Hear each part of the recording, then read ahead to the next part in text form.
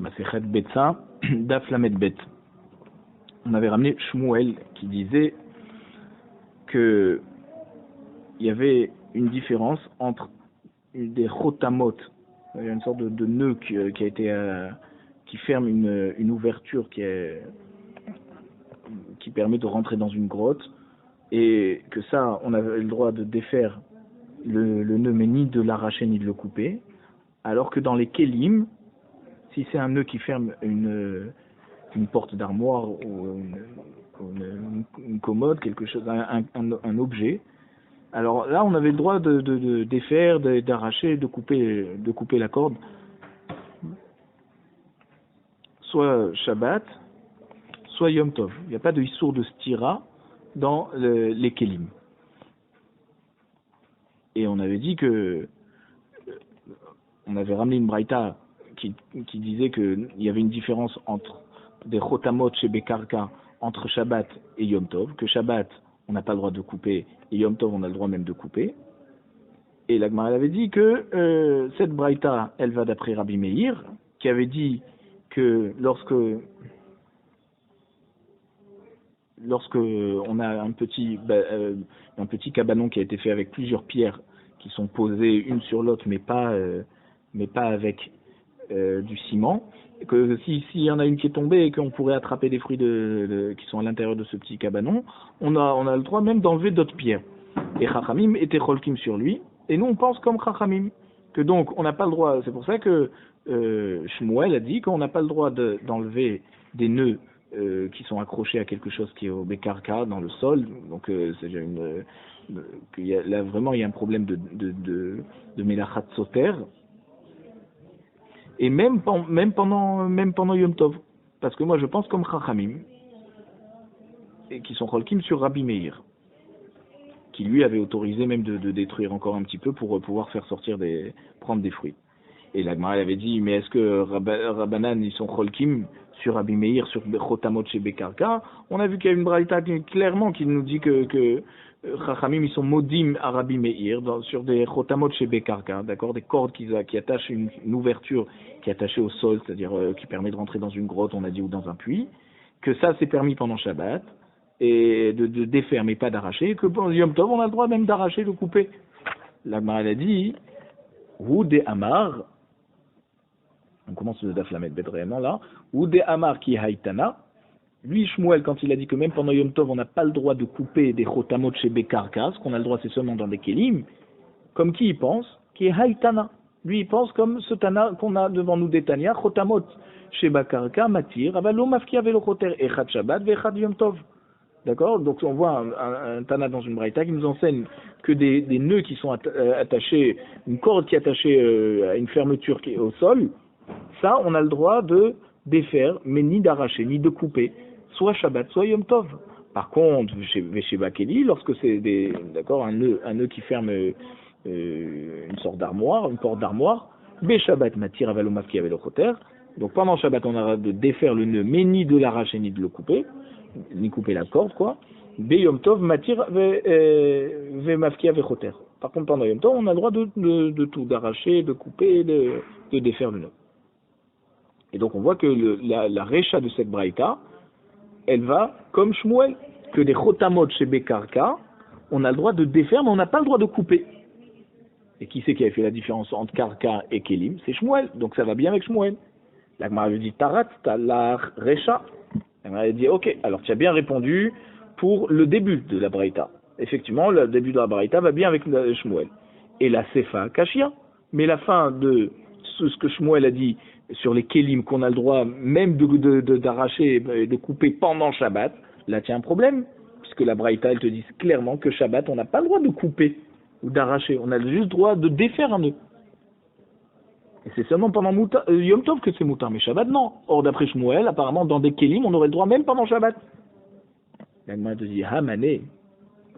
Effectivement. Donc il faut dire que le Tana de la braïta, il est d'accord avec Shmuel que pour les kelim, il n'y a aucun issour de détruire et d'arracher, de couper des cordes, des nœuds pendant Shabbat. Et quand il interdit, c'est quand tu le fais avec un sakin, un couteau. Hamane Rabbi Nechemia. Donc c'est Rabbi Nechemia qui enseigne ça. De Amar, Kol HaKelim HaNitanim El HaDerech Tashmishan. Tous les kelim pendant Shabbat, chez Melartam les Éthers, donc un couteau par exemple, tu n'as le droit de le déplacer pendant Shabbat seulement derrière Tashmishan, selon son utilisation habituelle. Ça veut dire une cuillère pour manger et un vêtement pour le porter ou pour le, d'accord. Mais une utilisation qui n'est pas faite pour être faite avec ce keli, si tu veux l'utiliser ce keli pour une utilisation qui n'est pas habituelle, alors là le keli devient mouktsé et tu n'as plus le droit de le déplacer. Et c'est pour ça que la Braïta te dit on n'a pas le droit de déplacer un couteau pour couper une corde pendant Shabbat. Pourquoi? Parce qu'un couteau, il n'est pas fait pour couper des cordes. Et donc il est mouktsé pour ça. Couteau, c'est fait pour manger. Par contre, si par un quelconque moyen, tu aurais la possibilité d'arracher le nœud ou de couper le nœud, la corde, sans avoir besoin d'un couteau, d'accord? Alors là, oui, tu aurais le droit. C'est ce que dit Shmuel pendant Shabbat. Il n'y a pas de problème lorsqu'il s'agit d'un keli. Tout le inyan de stira, de détruire, c'est seulement pour quelque chose qui est au sol, qui est positionné au sol, qui est une construction, d'accord? Une petite maison, quelque chose, une porte d'une grotte. La Gemara demande, Rabbi Nechemia, si tu veux me dire alors que la Braïta, quand elle te dit qu'on n'a pas le droit de couper les cordes d'un keli, c'est pas qu'elle est en contradiction avec Shmuel, c'est qu'elle est comme Rabbi Nechemia, qui là-bas il s'agissait d'un couteau avec lequel on voulait couper la corde, et c'est pour ça que là-bas c'était interdit. Tu me dis, Rabbi Nechemia, si tu veux me dire alors que cette Braïta va bien comme Rabbi Nechemia, qui interdit de déplacer un keli, si c'est pas pour l'utiliser de manière normale, Maïri à Shabbat, Afilou Yom Tov Nami. Pourquoi alors la Braïta te dit Shabbat, il n'y a pas le droit de couper, d'arracher, d'accord, dans un keli, alors que tu devrais dire que c'est assourd aussi pendant Yom Tov? Si c'est tout le problème là-bas, c'est que tu vas utiliser un sakin, un couteau qui n'est pas fait pour couper comme ça, alors je comprends pas pourquoi la Gemara s'est limitée à parler de Shabbat alors qu'on aurait pu inclure Yom Tov.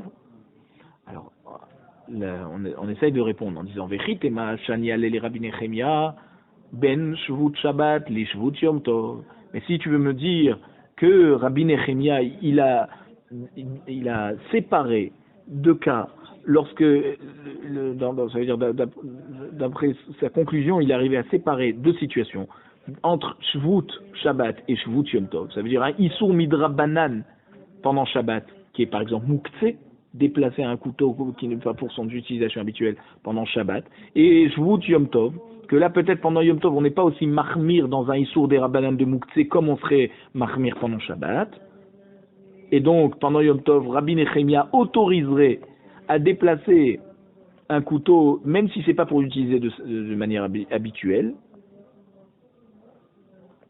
Et donc c'est pour ça que pendant Yom Tov, on aurait le droit de couper des nœuds sur des kélim. Alors, tu peux pas dire ça. Ou Mishania le. Est-ce que Rabbi Nechemia, il fait une différence entre Shabbat et Yom Tov? Si tu voulais penser que Rabbi Nechemia faisait une différence, est-ce que vraiment c'est possible de dire ça? Ve'atane chada. On a une braïta qui nous dit Masikin bekelim. V'en masikim beshivre kelim. On a le droit donc d'alimenter le feu dans le four pendant Yom Tov avec quoi? Avec des objets entiers, mais pas avec des restes d'objets qui se sont cassés pendant Yom Tov. Pourquoi? Parce que Erev Yom Tov, le keli était entier, donc il avait une utilisation particulière. Il s'est cassé pendant Yom Tov, donc ces débris sont considérés comme mouktsé, même si tu pourrais les utiliser pour alimenter ton four. Je sais pas moi, par exemple une assiette en bois qui se serait cassée. Alors le morceau de bois, tu pourrais les utiliser pour alimenter le feu dans le four. Mais du moment où à l'entrée de la fête, c'était une assiette et c'était donc un keli, alors c'était pas des débris qui allaient servir à alimenter le four. Donc maintenant, si c'est cassé pendant Yom Tov, on n'aurait pas le droit.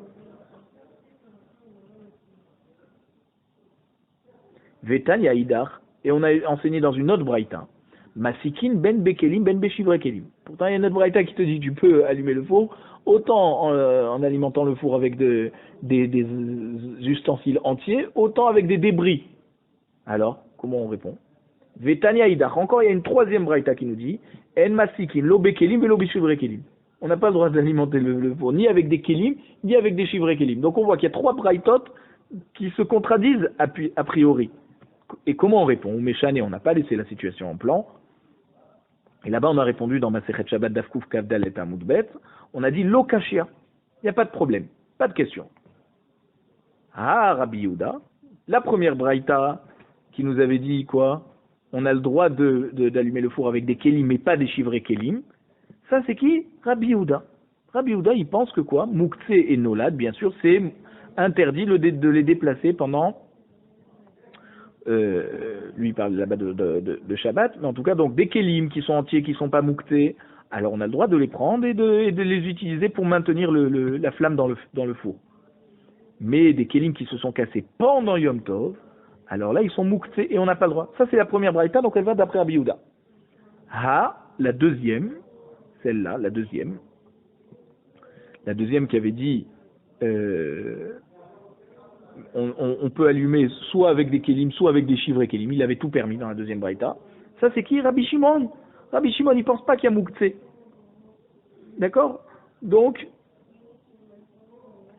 dans la majorité des cas de mouktsé, il pense qu'il n'y a pas... parce que Rabbi Shimon, on avait dit qu'ils étaient modés dans mouktsé mechamatri saronkis. Ok?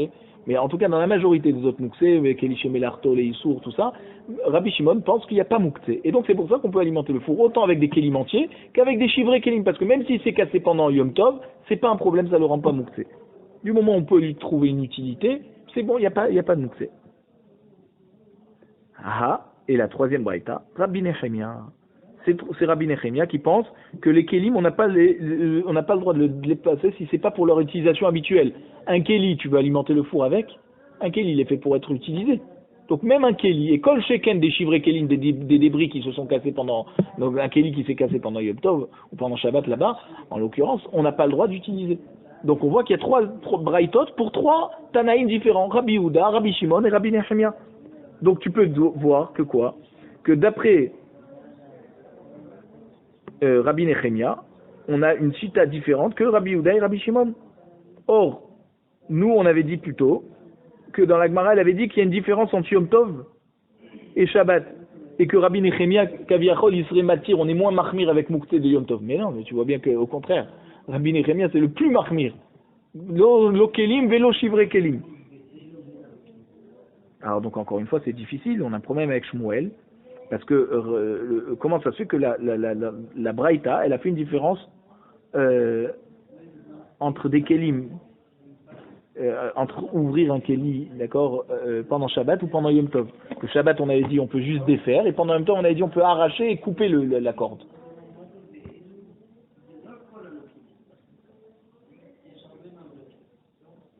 Alors là, Gmara a dit que finalement, la Braïta, il faut la comprendre comme Rabbi Nechemia. Rabbi Nechemia, c'était le plus marmir pourtant. Mais quand même qu'on est marmir et qu'on dit qu'on peut utiliser un kéli seulement sur son utilisation habituelle, alors ça, il y a une différence entre Shabbat et Yom Tov. Et dans Yom Tov, Rabbi Nechemia permettrait d'utiliser de manière pas habituelle, en tout cas, un kéli. Et pourquoi, alors tu vas me dire que d'après les trois braïtot qu'on a amenés, on a vu que Rabbi Nechemia, là-bas, il n'a pas parlé, il a dit Mesikin, lo bekelim, lo bishre kelim. En tout cas, on voit qu'il n'y a pas de différence entre Shabbat et Yom Tov. Et que Rabbi Nechemia est interdit même dans Yom Tov. Comment tu vas répondre à ça? Tre Tanae ve'alibade Rabbi Nechemia. C'est deux Tanaïm qui sont marloquettes à propos de ce que Rabbi Nechemia a enseigné. Et donc, la braïta qui permet de défaire, ça veut dire d'arracher un nœud ou de couper la corde avec un couteau pendant Yom Tov. D'accord? Alors elle pense que même Rabbi Nechemia, il permettrait dans Yom Tov de déplacer un kéli chez l'eau les Tzorer Tamisho. Parce que dans Yom Tov, on est plus Mekel sur les Inyanim de Mouktsé. Mais la Braïta qui interdit d'allumer, ça veut dire d'alimenter le four pendant Yom Tov, même avec des kélim entiers, ça c'est Rabbi Nechemia qui dit qu'on n'a pas le droit de déplacer un kéli chez l'eau les Tzorer Tashmisho, même pendant Yom Tov. Donc il y a deux Tanaïm à propos de Rabbi Nechemia. Est-ce que pour Yom Tov, on est plus Mekel de pouvoir déplacer un Keli chez l'Ole Tzorer Tashmicho ou pas? Maintenant, on a une nouvelle Mishnah. Il nous dit En Pochatin et Aner. Donc, c'est-à-dire, de quoi on parle? Ici, on parle dans cette Mishnah de plusieurs choses qui sont interdites de faire pendant Yom Tov parce que en les faisant, on fabrique un Keli. C'est-à-dire, En Pochatin et Aner. On n'a pas le droit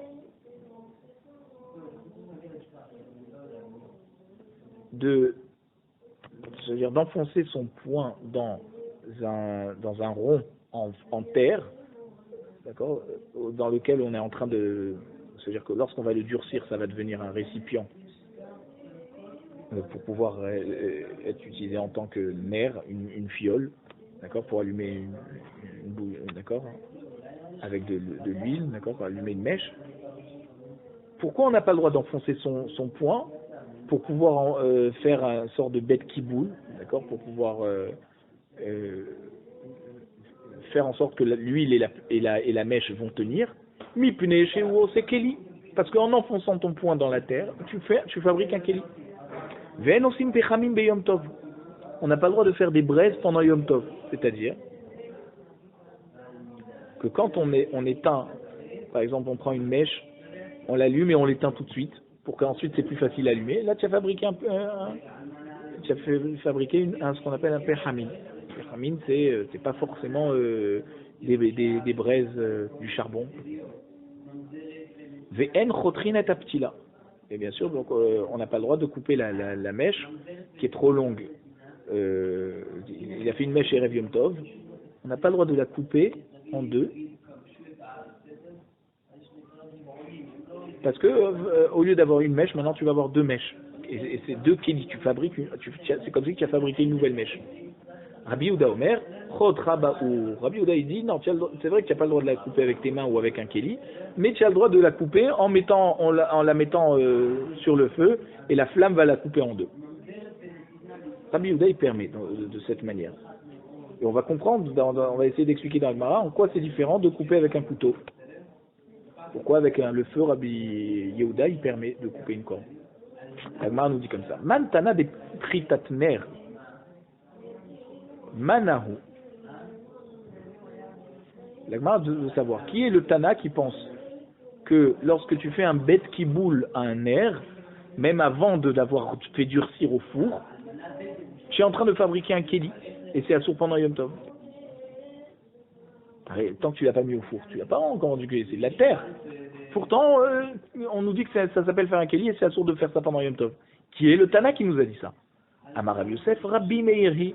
C'est Rabbi Meir qui nous a enseigné cette Mishnah. Des Tanya, parce qu'on a une Braïta, qui dit Keli Cheres, mais Ematai Mekabel Touma. Un Keli Cheres, à partir de quand il reçoit la Touma, c'est-à-dire il est considéré comme un Keli, et un Keli c'est Mekabel Touma, Mishenig Mera Melarto, lorsqu'on a terminé de le façonner. Avant de l'avoir fait durcir, d'accord, faire durcir la terre dans l'argile, dans le four. D'Ivry Rabbi Meir. Donc on voit que déjà, en le formant dans l'argile fraîche, c'est déjà fabriquer un Keli. Rabbi Yoshua Omer, Mishit Srefo Bakifsha. Rabbi Yoshua dit non, ça s'appelle pas un Keli tant que tu l'as pas fait durcir au four. Tant que tu l'as pas mis au feu et que l'argile a séché et que c'est devenu un Keli utilisable, alors ça s'appelle pas un Keli d'après Rabbi Yoshua. On voit que d'après Rabbi Meir, avant de l'avoir mis au four, déjà c'est un Keli. Amarlé Abaye Mimai. D'où on sait ça? D'où on sait que, d'après Rabbi Meir, même un nerf, il est considéré comme un Keli dès que tu lui as fait un bête qui boule de manière à pouvoir contenir un peu d'huile et une mèche, avant de l'avoir fait sécher, durcir au four. Dilma Adkan Lokama Rabbi Meirata, et la de Hazé les Kaboulé Bemide, Aval Acha les Maï Hazé. Peut-être, on pourrait faire une différence. Abaye, il pose la question comme ça à Rabbi Yosef. Il dit, mais pourquoi tu penses que Rabbi Meir, un nerf, c'est déjà considéré un Keli avant de l'avoir fait durcir au four? Peut-être, lorsque Rabbi Meir, il a dit là-bas dans la Braïta, à propos de Kabbalat Touma dans un Keli Cheres, qu'il est déjà Mekabel Touma avant de l'avoir fait durcir au four. Et là, des Chazili qui boulaient B midi. Parce qu'un Keli Cheres, un Keli en argile, qui est grand, et que même s'il n'a pas à sécher au four, et qu'il ne peut pas recevoir quelque chose de liquide dedans, de l'eau, parce que ça va faire, si tu mets dans de la terre, de l'argile, que tu n'as pas encore fait sécher au four, tu mets de l'eau, ben ça va tout fondre. Ça va tout se décomposer. Mais en tout cas, ça s'appelle un keli. Pourquoi? Parce que tu pourrais mettre quelque chose de sec dedans. Admettons, tu mettrais une pomme. Elle tient, alors c'est un keli. Aval hacha. Ici, dans notre Mishnah, on te parle d'un nerf. Un nerf, c'est un tout petit keli. Tant que tu l'as pas fait sécher au four, qu'est-ce que tu vas pouvoir mettre dedans? Tu peux même pas mettre un fruit dedans. Les maïchazés. À quoi il sert donc il sert à rien. Alors peut-être la même, là Rabbi Meir, il te dira que tant que tu l'as pas mis au four, c'est pas un keli. Et donc encore une fois, on pose la question, qui est le Tana qui pense dans notre Mishnah qu'on n'a pas le droit de faire un bet kiboul à un nerf pendant Yom Tov parce qu'on fabrique un keli. Al-Agmara nous dit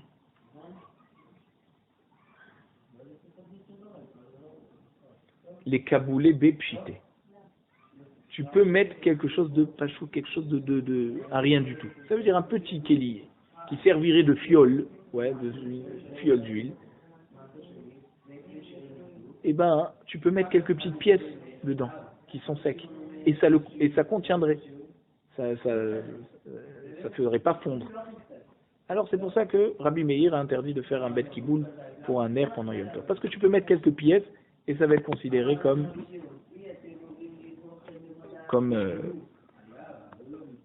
si tu fabriques un keli.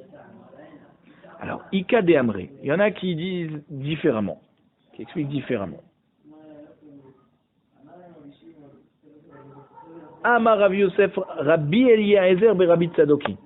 Donc Rabbi Yosef nous a dit c'est Rabbi Eliezer Rabbi Tzadok, notre Mishnah. Ditnan, parce qu'on a une Mishnah en fait dans Masechet Eduyot, Perek Bet Mishnah, et on a dit il fascine haraniot. Alors, c'est quoi il fascine haraniot? Il fasse c'est une kehara, une sorte d'assiette, de bol. Alors, des gens de la ville, que là-bas on avait l'habitude de mettre des morceaux d'argile.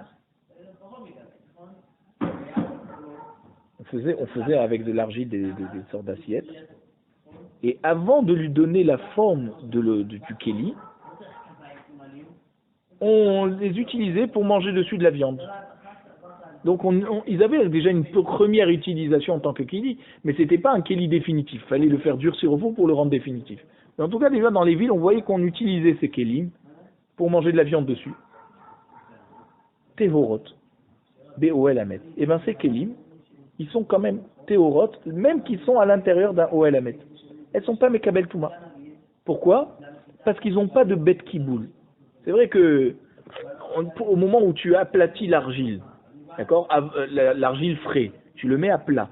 Tant que tu l'as pas façonné pour en faire une kehara, c'est encore plat. Même si tu manges de la viande dessus, que tu pourrais dire je fais un plateau, et s'il est comme ça tel quel dans un OL Amet, il n'est pas Mekabel Touma parce qu'il n'a pas de bet kiboul. Tu ne peux rien mettre dedans qui ne risquerait pas de tomber. Ça ne contient rien en fait. Il n'y a pas de contenant.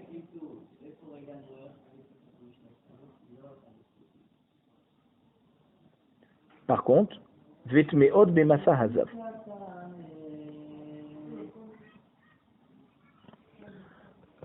Et par contre, c'est tamé lorsque si un zav, quelqu'un qui est tamé, qui a une impureté, il a porté ça. Pourquoi? On va voir. Rabbi Eliezer Bar Tzadok Omer, et là Rabbi Eliezer Bar Tzadok intervient et il dit non, il n'y a aucune touma ici. Afteorot Bemasa Hazav. Ce keli, d'accord, c'est-à-dire de l'argile qui est plat. Même qu'on a l'habitude de manger de la viande dessus, c'est pas un contenant. Ça ne contient rien. Donc c'est tahor même si un zav il a porté. Pourquoi? Les fiches et l'onigmera melartan. Parce que tant que tu les as pas mis au four, tu n'as pas encore, c'est encore plat, tu n'as même pas façonné, tu n'as même pas rendu encore un keli qui peut contenir quelque chose, alors c'est pas encore terminé, c'est encore de la terre. Et la terre, ça prend pas la touma. Donc on voit que quoi? Que du moment où tu vas le rendre bête qui boule, même que tu ne l'auras pas encore mis au four pour durcir, d'après Rabbi Eliezer bar Tzadok, ça s'appellera déjà un keli. Et c'est de ça que notre Mishnah nous dit qu'on n'a pas le droit d'enfoncer le poing dans la terre pendant Yom Tov parce que tu es en train de fabriquer un keli. Amarlé Abaye. Abaye pose la question à Rabbi Yosef. Din ma'ad kan loka amar Rabbi Eliezer bar Tzadok atam et la dechazé les kaboulé mais midi. Voilà, Rabbi Tzadok il te dit Aftehorot bemasa hazav les fiches elo nigmera melartan. D'accord? Donc Rabbi Tzadok c'est taor parce que c'est pas un keli encore. Alors on te dit mais attends, peut-être il pose à Rabbi Yosef la question, il dit Dilma'at kan loka amar Rabbi Eliezer bar Tzadok atan, tout ce que Rabbi Eliezer bar Tzadok il a dit là-bas que à propos de Kabbalat Tum'a dans des Keharot de Cheres, ouais, elles sont là-bas Rabbi Eliezer bar Tzadok il avait dit il avait dit que c'est seulement au moment où ça va pouvoir contenir quelque chose que ça peut recevoir la touma. Donc tant que c'est encore plat, eh ben ça reçoit pas la touma, même si tu manges la viande dessus. Et là, des chazé les kaboulé bémidi. Quand c'est que c'est quand même que tu peux recevoir la touma, c'est quand au moins ça peut contenir quelque chose de sec, comme des fruits par exemple. Avalacha lema ichazé. Ici à propos du nerf, avant qu'il ait été durci au four, à quoi il sert? Tu peux rien faire avec. Et la Gemara répond, les kaboulés, bébchité, oui, tu peux mettre quelques proutotes, quelques petites pièces, et ça va contenir, donc c'est un keli. Et c'est pour ça que là, Rabbi Eliezer bar Tzadok, il te dira que même un petit nerf, ça s'appelle un keli, avant de l'avoir fait durcir dans le four. Tanoura banal. En pochatin et taner, ven osim ilfasin charaniot beyom tov. Rabban Shimon ben Gamliel matir beilfasin charaniot. Donc maintenant on ramène une braïta qui nous enseigne. Chachamim d'abord, donc Tanakama, ils nous disent on n'a pas le droit de pochatin et taner. Donc c'est comme dans notre Mishnah où on avait dit on n'a pas le droit d'enfoncer le poing dans des ronds de terre avec lesquels on se sert pour faire des fioles d'huile. Encore un récipient où on allume les nérotes. Et on n'a pas le droit aussi de faire ces fameuses ilfasin charaniot, on a dit, c'est donc de l'argile plat et sur lequel on avait l'habitude de poser de la viande dessus et de manger. Même si ça contient rien, mais c'est plat, c'est comme un plateau. Tout ça on n'a pas le droit, pourquoi? Parce que ça s'appelle fabriquer un keli. Rabban Shimon ben Gamliel matir ilfasin charaniot. Et Rabban Shimon ben Gamliel il te dit non. Ilfasin charaniot ça s'appellera jamais un keli parce que c'est pas tu n'as pas la possibilité de faire contenir quelque chose. C'est plat. Il n'y a pas de bête qui boule. Alors maintenant on veut comprendre. L'Agmara nous dit Maï haraniot. Qu'est-ce que c'est haraniot? Il fascine haraniot. Amar Rav Yehuda airaniot. Donc en fait il faut un peu changer. Au lieu de haraniot, il faut dire airaniot. Et c'est quoi airaniot? Maï airaniot, maintenant l'Agmara demande. Amar Abaye Sa'e chakleyata. Abaye nous dit c'est des keharot kafriot, ça veut dire des sortes de bols, d'assiettes, kafriot, qu'on trouve dans les villages, dans les villes. C'est-à-dire que quoi? C'est des petites villes, là-bas dans les villages, les gens ils sont pas tellement pointilleux sur la forme du keli, que ça soit un beau keli. Du moment où ça contient, c'est bon. Cherche pas la porcelaine. Ça c'est Tsae Hakleyata. Et donc du moment on peut manger dessus alors que c'est plat, on a vu d'accord, c'est encore plat, c'est juste de l'argile mis à plat et on va en faire quoi, un plateau, mais on n'a pas encore façonné pour que ça puisse contenir quelque chose. Et bien ça s'appelle un keli parce que là-bas les gens ils n'ont pas la kpeda que ça soit vraiment joli et qu'on puisse vraiment bien faire contenir quelque chose dedans. Donc avant déjà de l'avoir fait durcir au four, déjà ça s'appelle un keli. Ve'en osim pechamin. Après on a dit dans notre Mishnah qu'on n'a pas le droit de faire des pechamin, des braises pendant du charbon quoi pendant Yom Tov. La Gemara nous dit Pshita, les maïchazé. À quoi ça te sert de faire du charbon pendant Yom Tov? Quelle utilisation autorisée pendant Yom Tov tu peux avoir d'une braise que tu es en train de faire? La Gemara te dit Tane Rabbi Chia. Rabbi Chia nous a enseigné Lo nitzrecha ela le mosran le oliarin. Les beaux bayom. Donc Rabbi Chia nous a dit que tout ce qu'on a dit, tout ce que la Mishnah nous a dit, que c'est assour, c'est seulement dans le cas où tu vas faire des oliarines. Alors, oliarines, voilà, c'est-à-dire, on n'a pas besoin de te dire que c'est assour, même, parce que même dans ce cas où tu vas faire oliarine, ça veut dire quelque chose qui va permettre de réchauffer des bains, d'accord, ces fameuses braises qui réchauffaient l'eau, les beaux bayom, et que tu vas utiliser ça pendant Yom Tov, et qu'on aurait pu penser, alors que donc c'est permis puisque tu as besoin de pouvoir faire un bain chaud pendant Yom Tov, et ben le Tana il est venu nous enseigner que c'est assour. Pourquoi? Parce que c'est comme si que tu fais, c'est comme un orfèvre qui est en train de fabriquer quelque chose, et que c'est pas les tzorech Yom Tov. Beau bayom micharé, la Gemara te dit, et quoi? De là tu voudrais dire que peut-être pour préparer des bains, on aurait le droit de faire des braises pour les utiliser le jour de Yom Tov, mais on n'a pas le droit de se chauffer à l'eau chaude, de se laver à l'eau chaude pendant Shabbat et Yom Tov, même si ça a été chauffé depuis Erev Yom Tov. Alors Kol Sheken si ça a été chauffé pendant Yom Tov. La Gemara elle répond, elle te dit Kide Amar Rava. Rava, il nous a enseigné dans Masechet Brachot Daf Kaf Zayin il nous a expliqué comment Rabbi avait pu rentrer au Bet Hamerchat pendant Shabbat après qu'on a interdit de se doucher. Là-bas, on avait dit que Rabbi rentrait pourquoi? Léazia, pas pour se doucher, pour transpirer avec la chaleur qu'il y avait dans le bain, dans le Merchat. Vekodem Gzera, et c'était en plus avant la Gzera qu'on avait interdit, parce que plus tard on a interdit de rentrer au Merchat, même pour se faire transpirer. En tout cas, lui, il était rentré à l'époque où on pouvait encore rentrer pour juste transpirer avec la chaleur. Achanami, ici aussi on peut dire que quand on a permis de faire des pechamim pour chauffer les bêtes amerchat pendant Yom Tov, eh ben, c'était quand, à l'époque, on pouvait encore chauffer un bête amerchat, les Azia, Vekodem Agzera. Donc, on pourrait chauffer un bête amerchat pour que les gens puissent rentrer juste transpirer, mais pas se baigner. Et c'était avant l'Agzera. Mais maintenant, effectivement, aujourd'hui, on n'a plus le droit de faire des pechamim, parce que là, c'est ce qu'elle nous dit notre Mishnah.